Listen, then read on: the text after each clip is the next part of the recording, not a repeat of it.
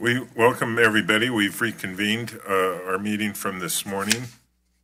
And just prior to recessing, we had a closed meeting and then have come back. We'll just make note that just prior to this meeting from 1 to about 2:30 are the advisory board for the Utah Transit Authority that is made up of primarily mayors and other appointed officials convened, and they went through a number of items, including some recommendation on and approvals on some stationary plans. And so some of the items that we'll be addressing in the remainder of our meeting are related to items that they discussed and recommended to us. And so, as I maybe pointed out before, we decided to hold off and for a number of reasons to conclude the remainder of this meeting.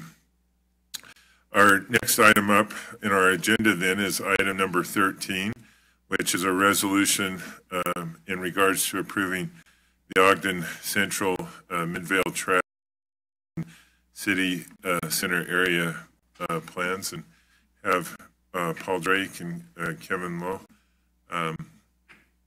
here with us. And Paul, do you want to give us a recap of any comments or concerns or issues that may have been raised by the advisory board? Now, I would point out that we were in the meeting, but maybe for the record, if there was anything that came up, we probably should at least indicate it. Yeah, absolutely. I didn't feel that there were a lot of strong concerns on the part of the local advisory board. There was some questions on the Ogden Intermodal Center Station Area Plan about some deed restrictions and how we might be able to overcome those to realize the recommendations of the Station Area Plan. We discussed that briefly.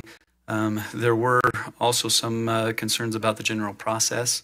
How the station area plans fit into the overall sequencing of coming to a selection of a TOD site. We had that conversation briefly. We did discuss how the system analysis tool happens potentially concurrently with station area planning, but that station area planning is a required step to help us help guide our efforts moving forward if sites are selected for development. I appreciated the clarification, and understandably, I think it was good for those who were in attendance on those stationary plans to recognize that the approval of the plans is different than the ranking process. And one doesn't necessarily guarantee or put you into one place or another in that ranking process, other than it gives you, I guess, more favorable ranking. Absolutely. It does demonstrate the municipal support, which is one of the criteria for prioritization. But then also it's just a requirement before we can go out and solicit a development partner, because the criteria for selecting a partner is based off of those station area plans. Steve, you have a comment or question? Just in addition to that, it just helps us. These station area plans are so important to get the buy-in from the community and the city administration. You know, in the past, we had selected sites without a lot of community input. So a developer came in not really knowing what the community's desires were, and spent a lot of time and effort on their part, and sometimes create a lot of angst with the communities with plans that weren't consistent with what their ideas were. So I think this goes a long way to help a developer. You know, if a site is selected and we do go out for a request for proposals, we get a developer who understands now what the community's expectations are and can come in with a plan that's consistent, and or choose not to submit on that project because it doesn't play to their strengths. So it really, I think, should expedite the process once we go into developer selection. I will say, in our conversations, our brief conversations with the FTA administrator, and then later in the congressional offices, and as we went through a booklet we had prepared talking about the fact that sort of this joint planning effort was going forward, and part of that, was very favorable, and they looked on that. I think that partnership in that planning process, we didn't probably have enough time to get into that in any high-level detail. I think they recognize that we're probably doing something that is not done everywhere in the nation anyway, and so that's certainly a compliment to staff, getting us to this point in the process. Let me just turn then, if there are any questions, Kent, you have your light on. Right, I have a question about Midvale. They actually have two different sites. They partially overlap because of the half-mile radius, but will they be treated as two separate station area plans, or will Midvale be considered just as one with two locations like was described? Right now, they're being considered as two separate station area plans. Okay, two separate plans. Yeah. It is a combined plan, but if we were to select one of those sites, then there are recommendations specific to each station area. So selecting one of those does not automatically include the second one? Currently, no. Okay, thank you. Paul, are they close enough to be considered one, or are they really in separate stops or locations on the system? That's a good question. We haven't considered that, but what we would probably do is go back to the community and see if that's the intent. So in their mind, they're really two separate places. I believe so. Yeah, okay. They were treated as such. The neighborhood input was separate. The recommendations were unique to each site. Okay. Any thoughts on that, Kevin? Yeah, I think I agree with Paul that they would be considered separate sites. There are definitely strong community feelings towards the Center Street site, which might need to be examined more closely, considering the 7200 South site's a little more retail oriented. And there's already commercial along 7200. Right, yeah. Right. But there's a lot more residential components for the 7800 South site, so I think... So they're really different in their nature. Mm-hmm, yeah. Okay. Yeah. Okay.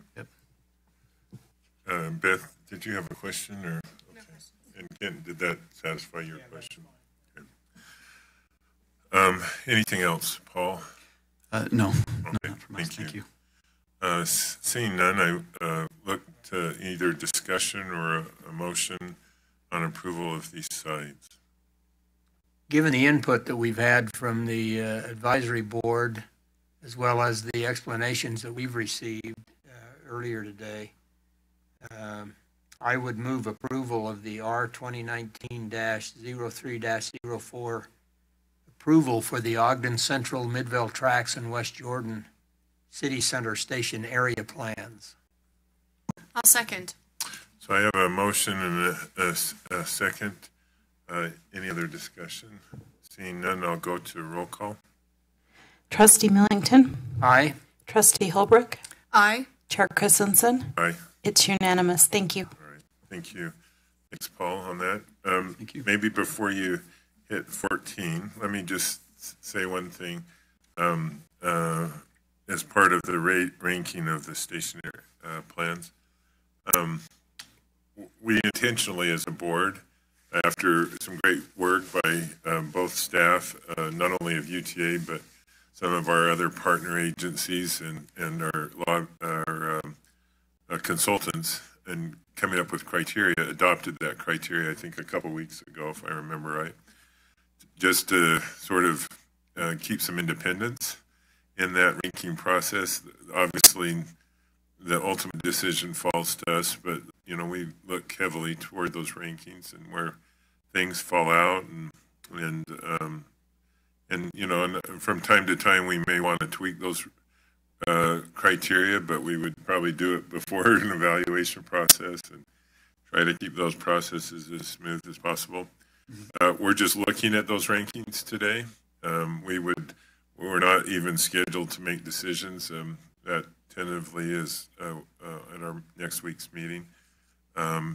Based on that, we have 3 sites left. We, as allowed by state statute, we certainly had discussions during the legislature with communities and with some legislative leaders about expanding that role, and I think there's some openness to it. There just wasn't quite the appetite, probably, it's fair to say, Matt, in this current session. So it's not a reluctance on our part.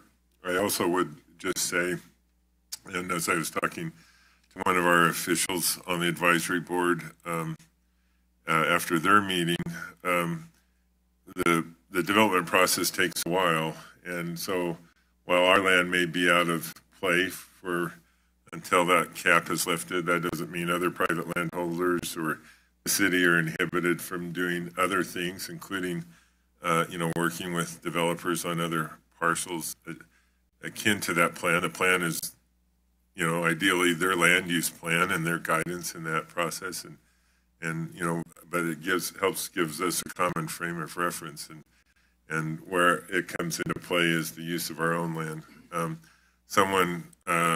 I've had a couple officials say, well, just sell your land. Well, anytime you have a deep investment asset, you don't sell your part next to the asset unless you have a use that you are assured that goes along with the use of your asset. And in our case, it's transit lines. And so you wouldn't just randomly sell things just for the freedom of it, because either land ownership or land control or strong development agreements assure that investment. And so I think as we look at those going forward, hopefully people realize that we have a vested interest too in what takes place. And so I only give that as sort of background, that as we go into these rankings, that I don't want to discourage communities. I'm hoping they'll realize this is an opportunity for them to continue to work with other landholders, and then certainly in cooperation, we can take this list as part of our conversation to the legislature and say, here's a gap, and help us, reach answer to some of this gap where communities are interested. So thank you for your patience in that explanation. Do you want to go through then both the analysis tool ranking of our current approved station, our current stationary plans? Yeah, absolutely. Do we not have the presentation? Got some things that are pretty critical that you can see while we're discussing. We good? An amazing ranking. I'm just kidding. It's a blank slate. You can really do whatever you want. Okay. Well, thank you, Chair. What we're hoping to get out of our discussion today is some feedback from the trustees. As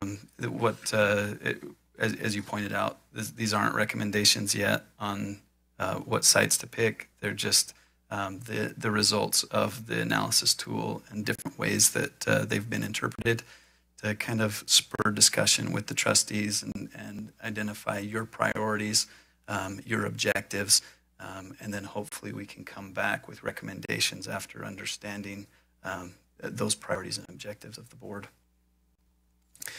As discussed, the tool tracks a significant amount of property information and interprets it in 3 different ways. The first is the overall TOD readiness. You have the growth opportunity, and then suitability for affordable housing. It's important when we have this discussion to understand the distinction between these different lenses, if you will, of how we look at this. The overall TOD score ranks all the potential sites based on all the TOD criteria and is intended to identify the sites that are most ready for high-intensity mixed-use development.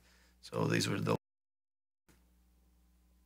but due to concern that this scoring system may favor more urbanized sites and leave behind the suburban and rural sites where there might be a potential for a catalytic project, the steering committee formulated the growth opportunity score.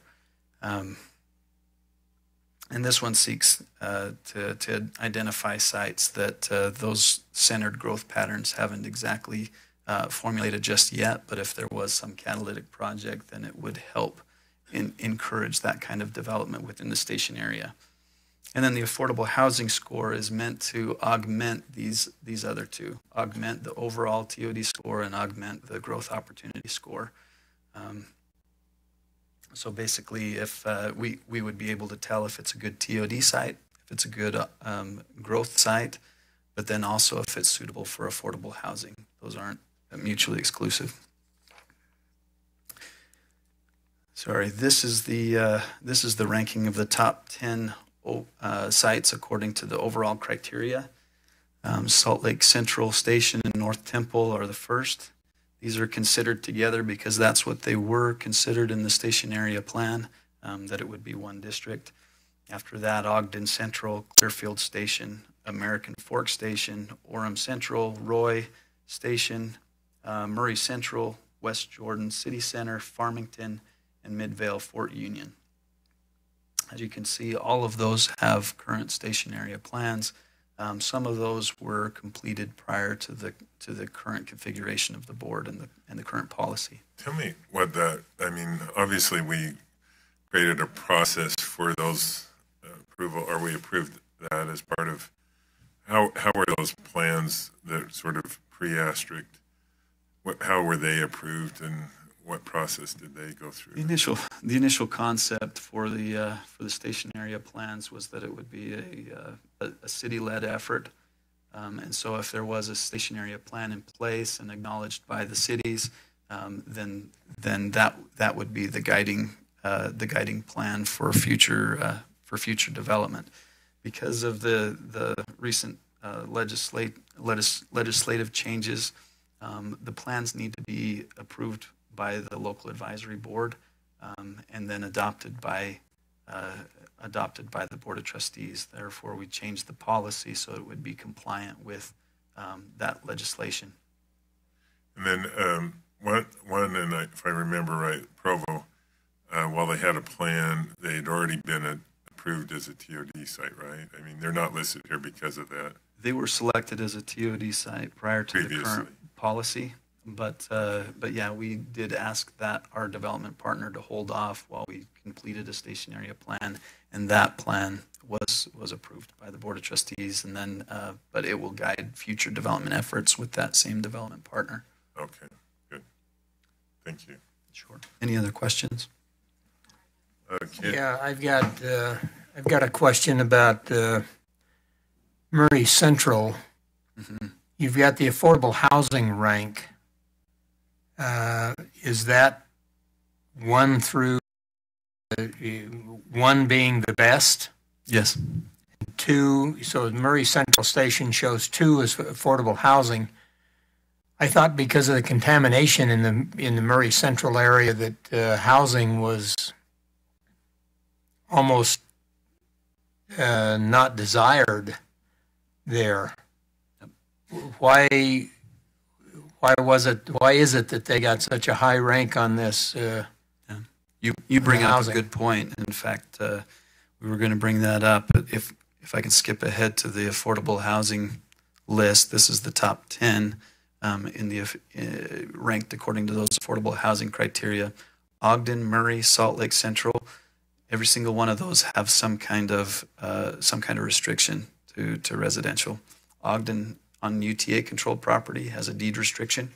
Murray has environmental. And that deed restriction was, you explained earlier when you presented Ogden, was because of UP? Correct. Union Pacific and the contaminants that may have resulted from their 100 years of activity? Mm-hmm. Okay. Yep. And protect them from liability. Salt Lake has some environmental restrictions on it. Now, the point that I want to make, though, is that these are, when we're doing the analysis, it's for the general station area, not specific to UTA properties. So the overall station area may be really suitable for affordable housing, and it's not overly surprising that those urbanized areas are floating to the top because they have a lot of amenities that are accessible by ways other than automobile. And so those have been identified as great station areas for affordable housing, where folks can find affordable places to live, but also access easily the services that they need. But again, we might not be able to realize that residential on our properties if we can't overcome those obstacles, but hopefully within the station area, that would be realized. So, Okay. Paul, I have a question in terms of, so when you're looking at this this overall area, how do you define what that area is size-wise? Like, what is it that, so if we're referencing Murray, again, with the land specific to ours having environmental issues versus like the area in general, how do you reference that? So we've defined our station areas as a half mile around our stations. And originally this system analysis tool wasn't only to help us with our ranking, but it was also to help our partners understand where places would be optimal for transit-oriented development, just in general. And I think we looked at a lot of interesting variables when it came to all these different criteria, whether it be affordable or growth. But I think that some of these stations just have a lot of opportunity and have just so many amenities and access that they just naturally rise to the top. And definitely I think Murray is one of those. It's probably one of our best connected stations. And so in terms of, people who might be low income or, have other potential issues getting traveling without a car, that would be a great station for them to access because they can get to a lot of our system from that station. It's my understanding that at the system analysis level, the regional level, it is broad brush. So say if you've ever played with GIS, you can do a buffer around a specific point, and then gather a whole lot of data based off of what's inside that radius or whatnot. And that's I believe for a lot of these variables how the analysis is done. So Paul, in some of these stations, I kind of was speaking, hopefully I was not jumping ahead of you a bit, I'm sorry. In some of these station areas that, and I think I spoke to this a little bit before, but like say Murray Central, our property may, because of our TOD restriction, may be out of the mix, but some of this other property, in particular this other property that's maybe favorable to affordable housing or some other use, there's nothing that's going to preclude the community from going forward with those property owners based on the plan. Absolutely. In fact, we're already seeing the private development community putting in residential within really close proximity to the station. Okay. I just wanted to talk about the affordable housing score in general, in the sense that so we're finding that developers are very in tune with wanting to do housing by transit. Is that, I guess that's more of a question, actually. I mean, it seems like that's what we're finding, but is that structurally what we're actually finding? So in other words, they're recognizing that more of a symbiotic approach to capture those people that have the income challenges. Is that right? Oh, absolutely. We're seeing a lot of interest from residential developers and affordable housing specific developers to locate next to our stations. There are definite advantages for both market rate and affordable housing residential to be by a transit hub. Especially for affordable housing, there are tax incentives if you're within a third mile of a station. So definitely these are competitive sites, and overall they're going to be more sustainable. If we do have a problem with the economy, where are you going to want to be? And you're going to be where you can easily get around. And so a lot of developers and investors are seeing huge advantages to investing near transit stations. Define affordable housing for me. Define it. I'm not the expert. I'm sorry. I wish I I was, Well, but there is a broad. When somebody broad says spectrum. affordable housing to you, what are they talking about?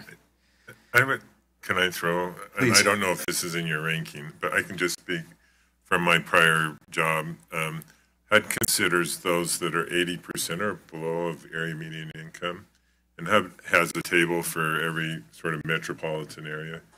And a lot of affordable housing programs and loans and special financing deals are all tied to that 80% of AMI.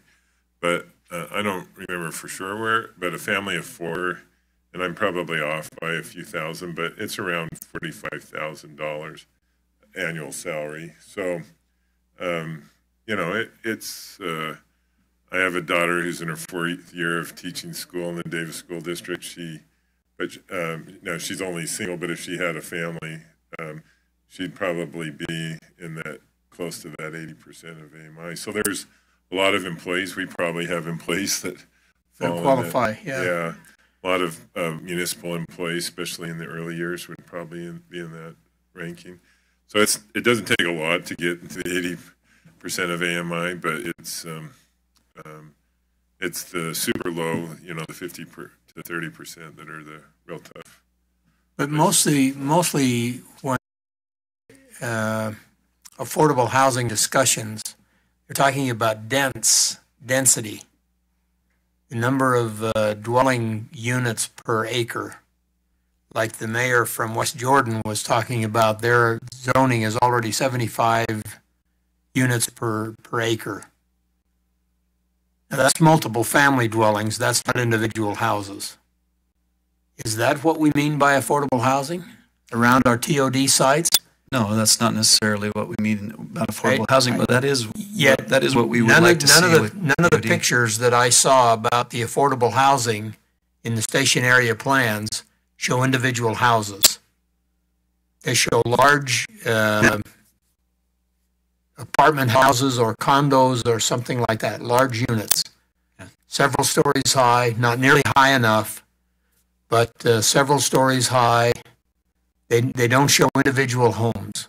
So when we talk affordable housing, the picture that's in my mind is not a small bungalow, even though they may be densely packed, 8 or 10 to the acre. I mean, I'm talking about several stories high condos or apartments.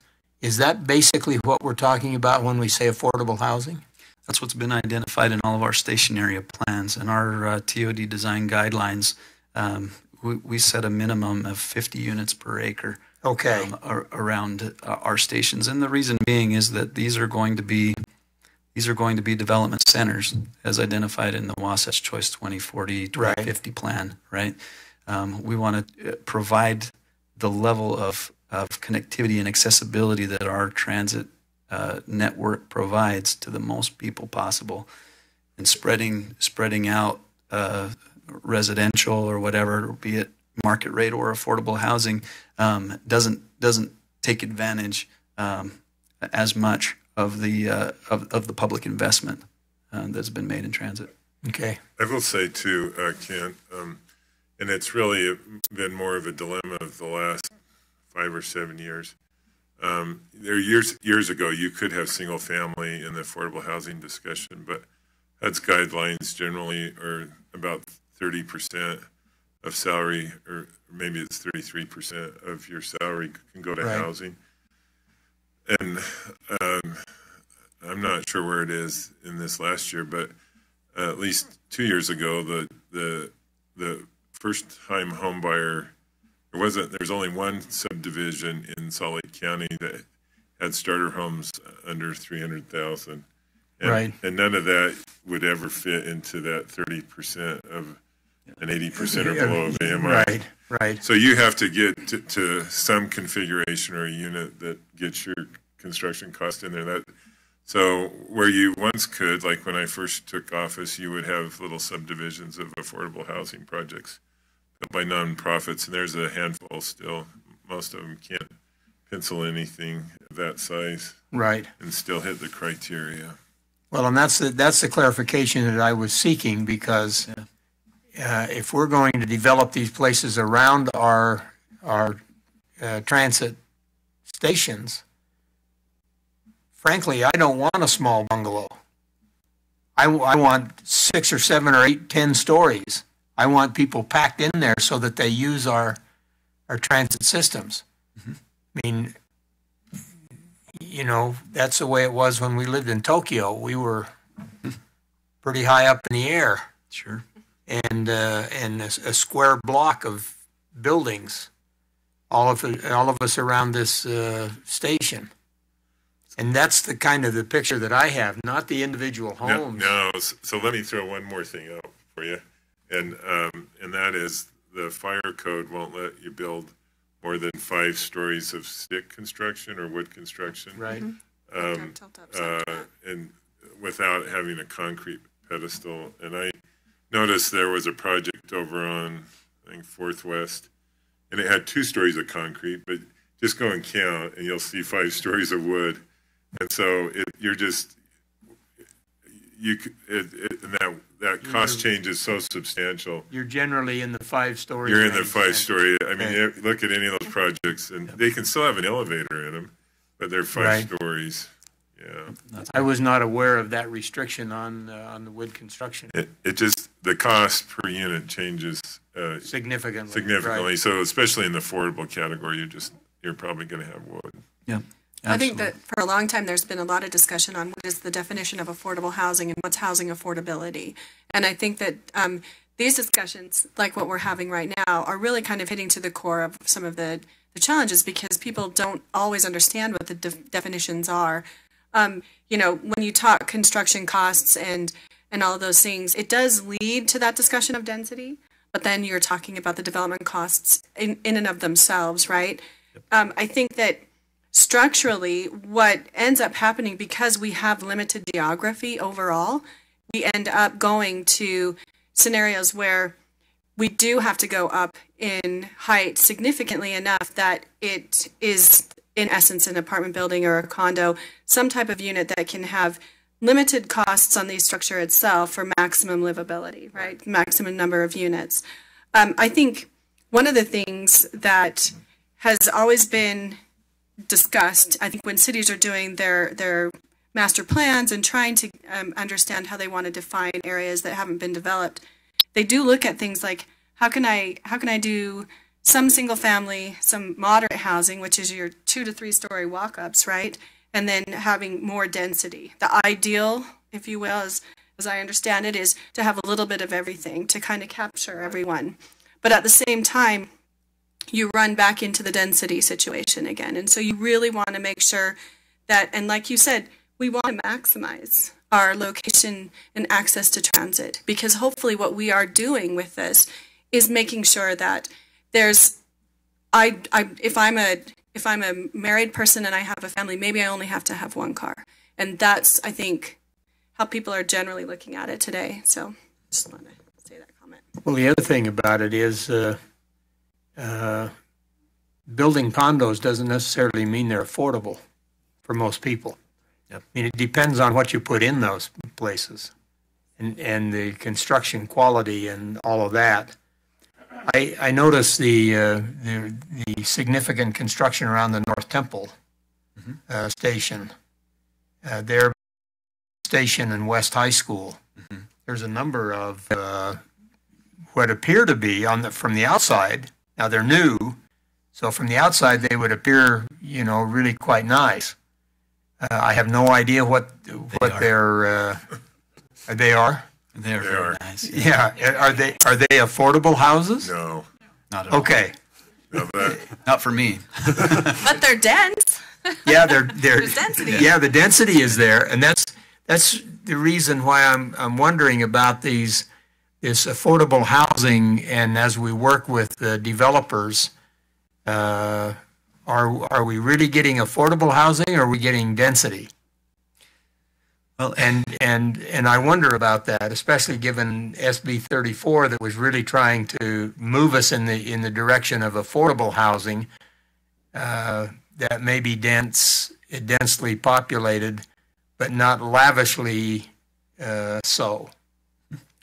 I think that I think that cities can. I think that UTA and cities can actually work really well together with 34, Senate Bill 34, in the sense that there's some structural things that cities can do to maximize what they have in terms of their zoning and other components to that. But cities don't build houses, actually, right? So then you work with developers to try to maximize what those are. Cities are putting out their development plans, and then Senate Bill 34 says if you are not accessible to transit, you have 3 requirements to kind of maximize the land, the master plan that you develop in your city. Whereas if you have access to transit, you now have 4 components to meet. And transit obviously has been a key. And I think that that has really shifted in the last maybe 5 years or so, where people are suddenly seeing transit in a different perspective. I think that candidly, what developers like to see is that there's this real investment in that, and TOD represents, and rail and transit and tracks represent this investment in this particular location, and that's what I think is really helpful with that moving forward. I just have to tell Kent, those units you were referring have a swimming pool on the roof and some other amenities, and 1-bedroom start between $2,500 and $2,700 a month, so they don't quite fall in the affordable. And there's probably like 4 jazz players that live there, so that just gives you a sense there. Anyway, I've been in it a few times, and nobody looks like they're suffering there. If I could, Matt Sybil and I, we participated in this affordable housing task force, is what it was called. But there was some interesting conversation, and there was a little bit back and forth about how do you address the affordable housing situation. And there are restricted affordable housing units, and we definitely there's definite need for that. But then there was the other argument that, if we have a shortage of housing, just the fact that we're building more homes, especially high density homes, that brings off some of the pressure off of the overall market. So it needs to be addressed both ways. We need more housing. We need more affordable housing. And definitely TOD needs to be a strong component of that. For these totals here, did you take that kind of analysis into account? Let me back up one slide.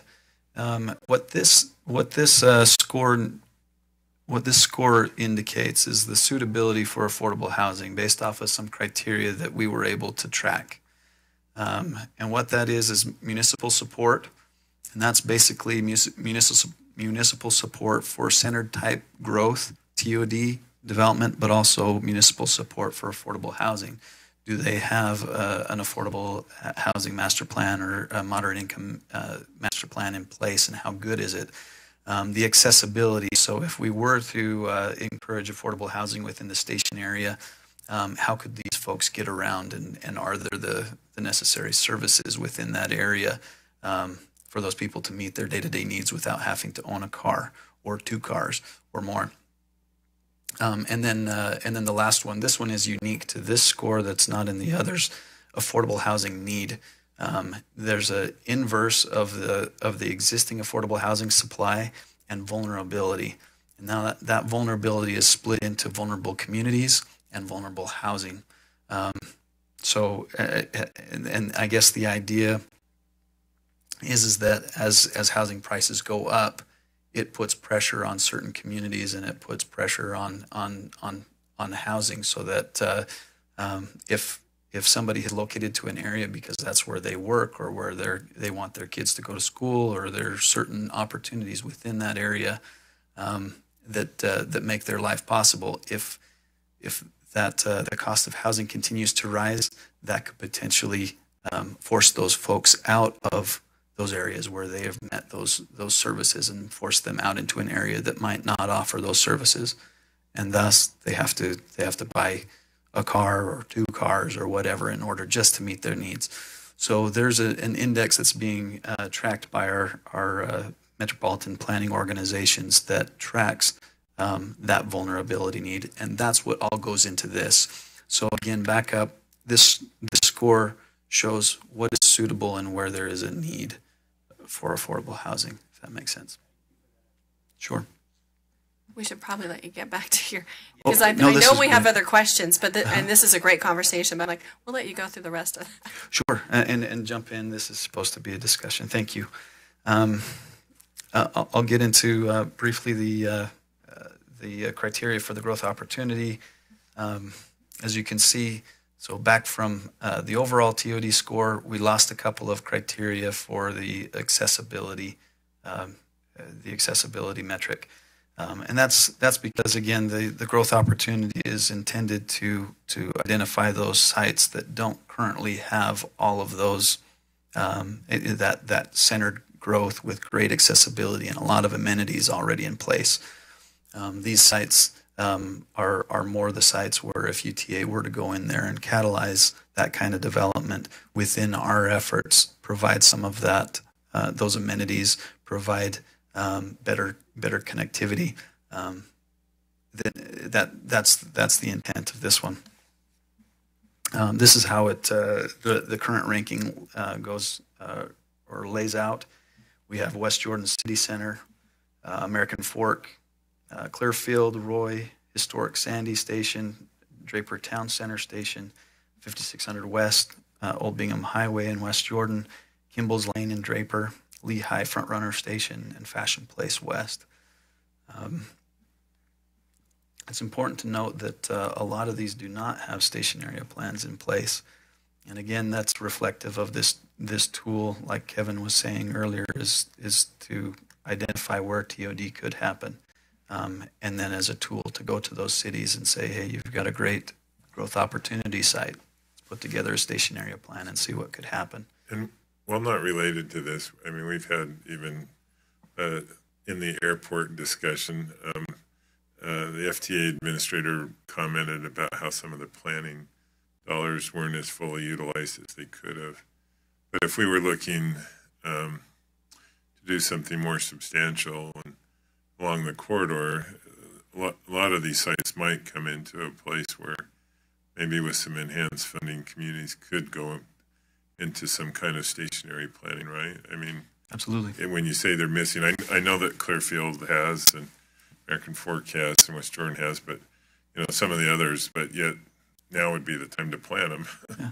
Perhaps some of these communities don't feel like they are TOD sites. Yeah. This should show that you've got a lot of potential, and there are funds available.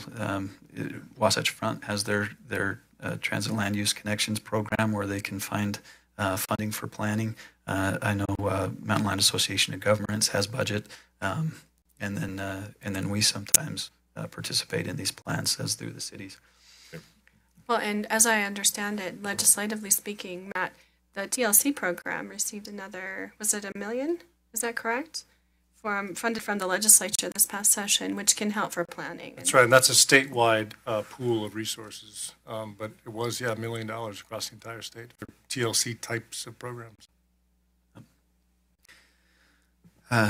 So anyway, so that is that's how the growth opportunity lays out. We talked about the affordable housing. Are there any further questions? Well, I didn't open it up to questions on the growth opportunity. Is that clear?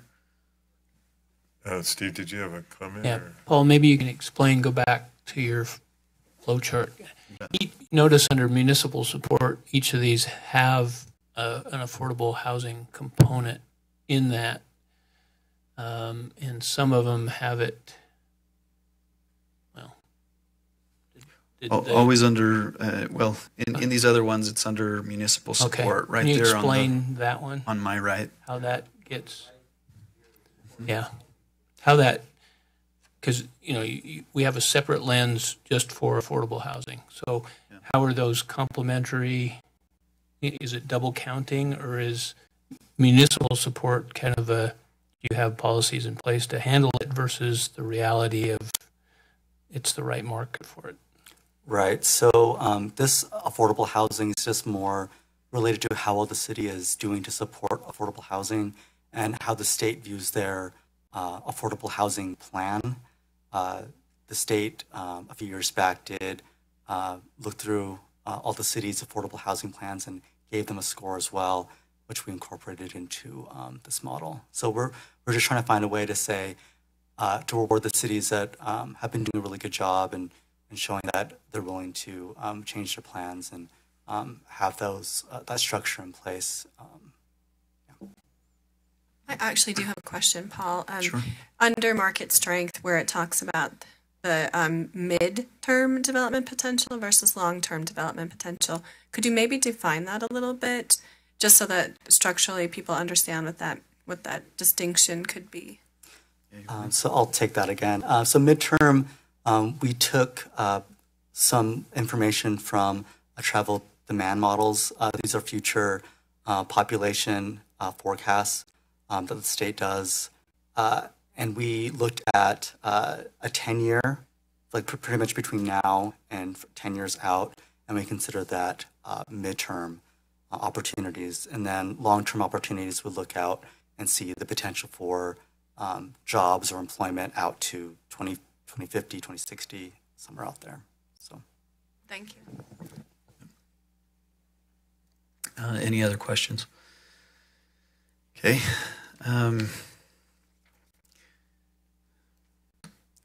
So as mentioned, staff, we would like to recommend, if the board is amenable to it, recommend additional TOD sites for your approval.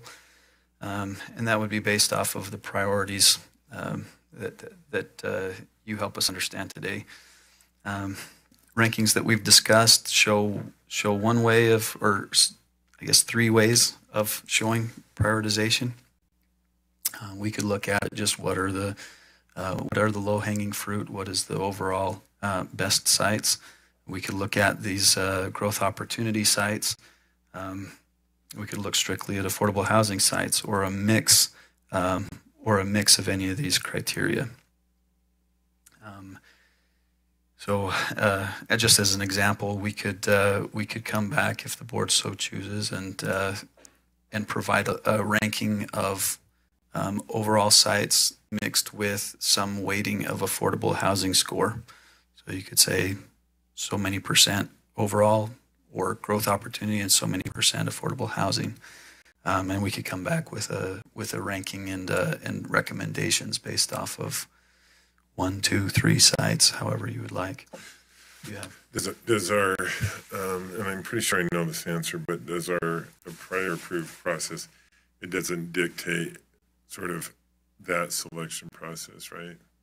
Of whether or not it's an overall or growth or affordable housing. You're correct.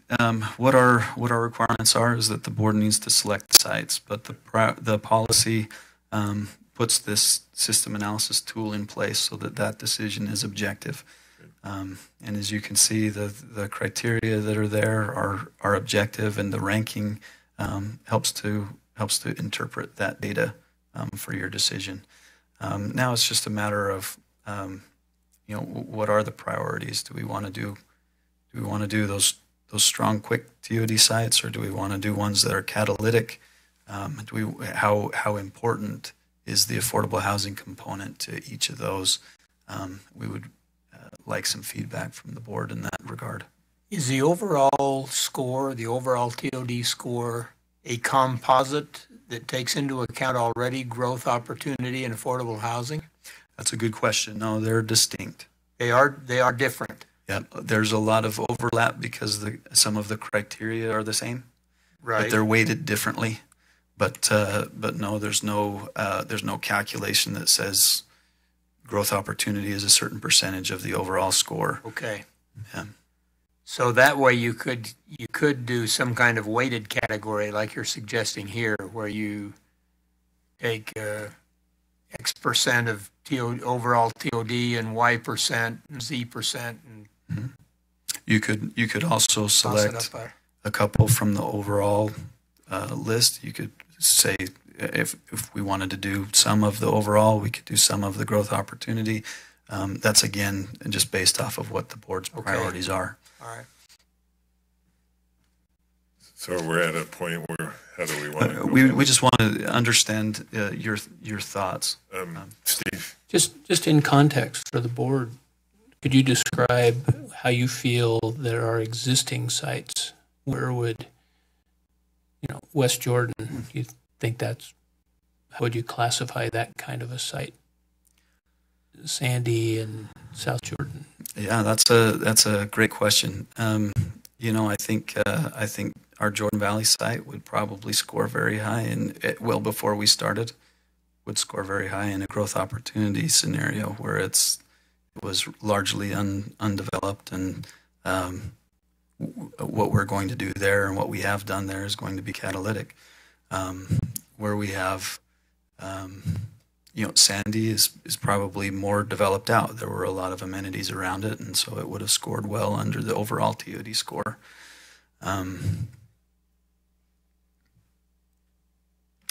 Is that what you're trying to get at, or okay?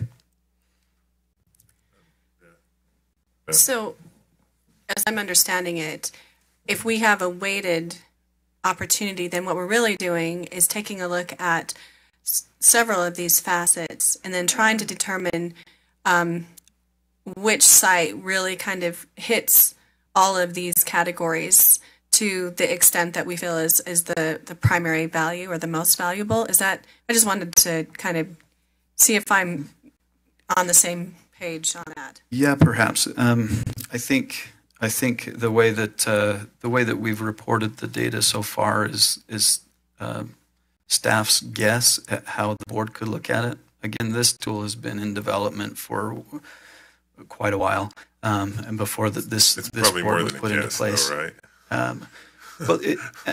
Well, we're trying to look at how we would if we were in your place, and again, we were developing this before this board was here. But if we were to look at all these criteria, how would we select a site? And then initially came up with the overall TOD score. These would be great TODs that'd be easy. And again, when we looked at the growth opportunity, the reason we did that was, what if the board wants to come in and do these sites that are going to be game changers for the cities? And so we looked at it a little bit different that way. We didn't know who you were going to be, and we still are guessing at your priorities. But I think this information is helpful to at least put parameters around what these sites might be and what UTA's priorities might be. I can throw a thought out there, and we'll see. And again, we're not making any decisions today, but they certainly would lend itself to any comment or feedback leading up to a decision. So I think to the degree that we give some guidance or thought now would be at least help inform communities where we might be. But as I think about it, like if we had more than three, I guess, if we had 6 or 9 options, I would say I'd want 3 for growth and 3 for affordable housing or something to that end. If I have 3 and I'm looking realistically at a year time frame before Matt can tell the legislature what we want. I'm just kidding, Matt.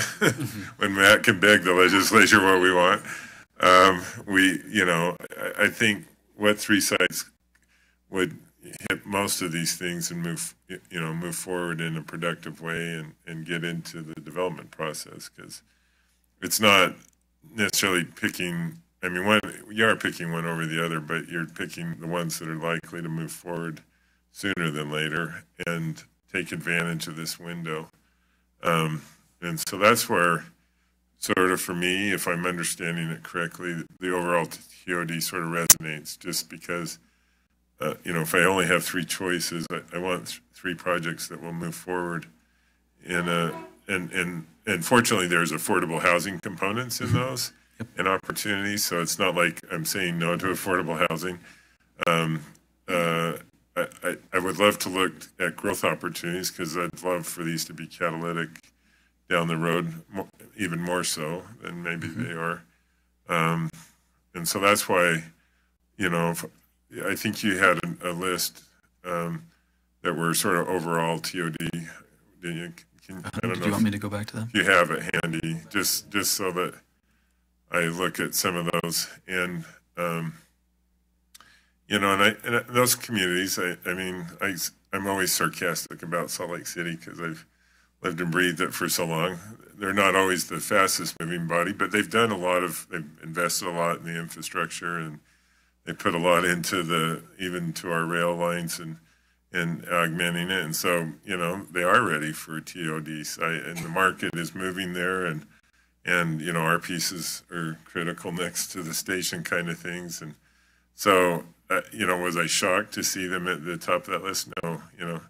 Did I think they should have been there when I left in 2014? Yes. But, and they're actually ready to go now.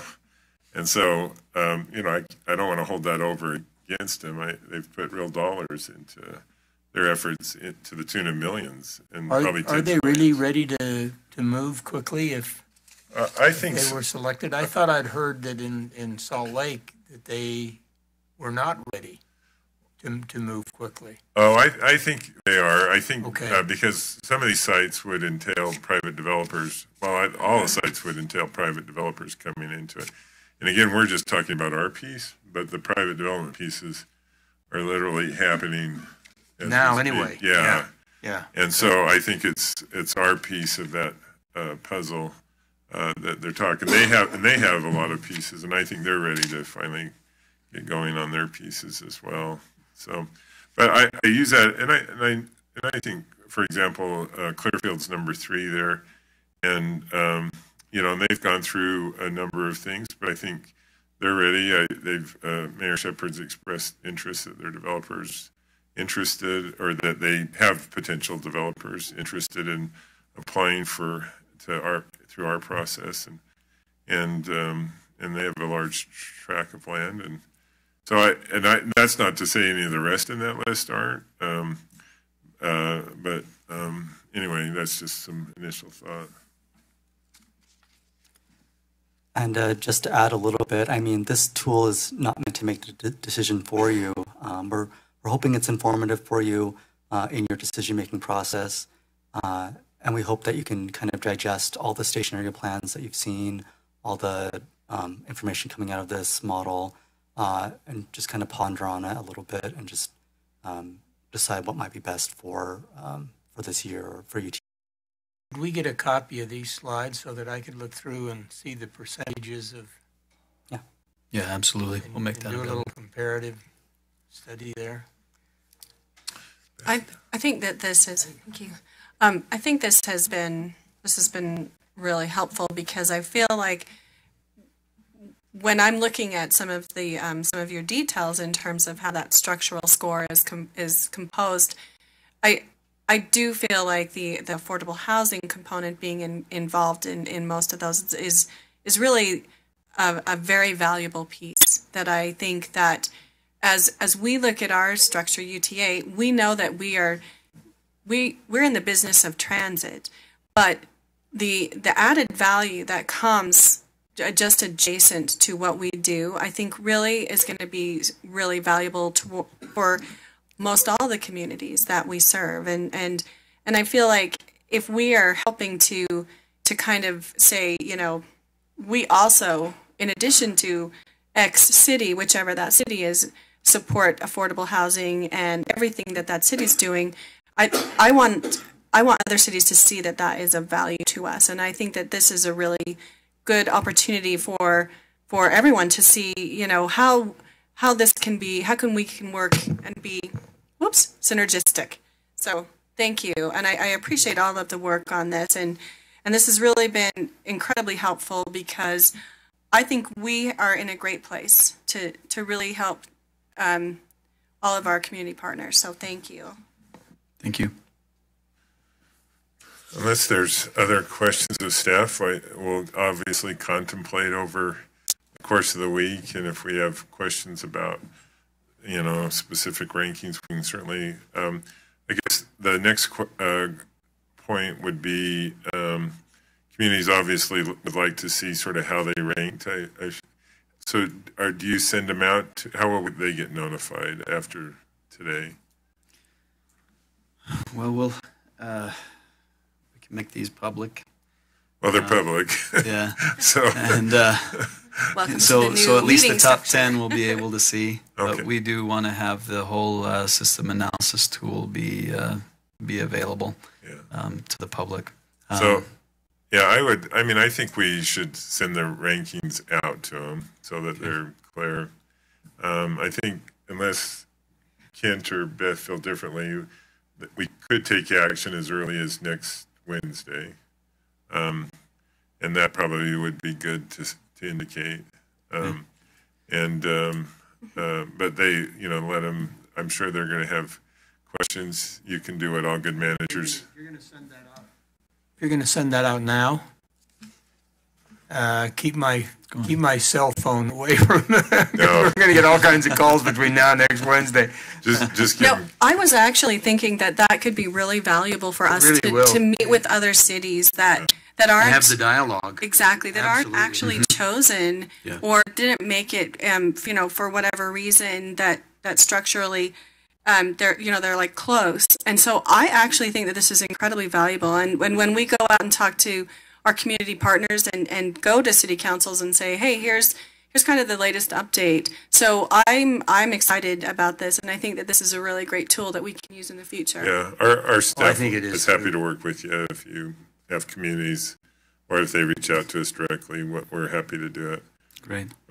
Just give them Kevin's phone number. That's a starting place. Kevin, you I have would been like promoted. I would like to receive this presentation so I Yeah. can look separately at as we think about it over the next week, the weights, the percentages that are used for each of the criteria for the three major overall, the growth and the affordable housing. I'd like to be able to really examine that. Okay. Thank you. Yeah, thank you. Thank you. Do you need anything else though from us, Paul, at this point? Or? I think we have what we need. We'll crunch it and come back with recommendations and another discussion next week. Okay. Okay. Thank you so much. That brings us well done. Thank you.